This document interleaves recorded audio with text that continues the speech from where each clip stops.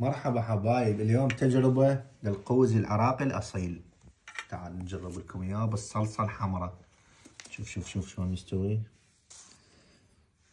نجربكم القوز العراقي.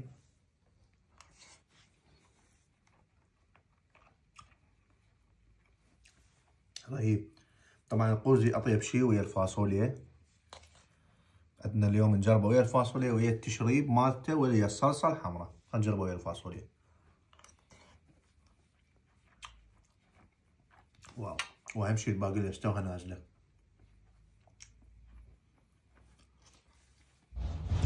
تعال نجربه بالتشريب مالته. بابا بابا بابا بابا بابا بس بابا بابا.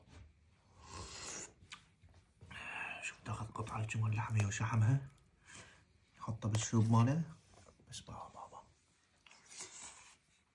ويلي يابا، ما تاخذ صينية هاي وتشرد بيها. لايك شوف مشاركة القناة. شباب هاي آخر لقمة، اكلت تقريبا نص الصينية بعد ما اقدر. سوب ويا فاصوليا، ما اقول لكم قبطت. وهذا آخر لقمة.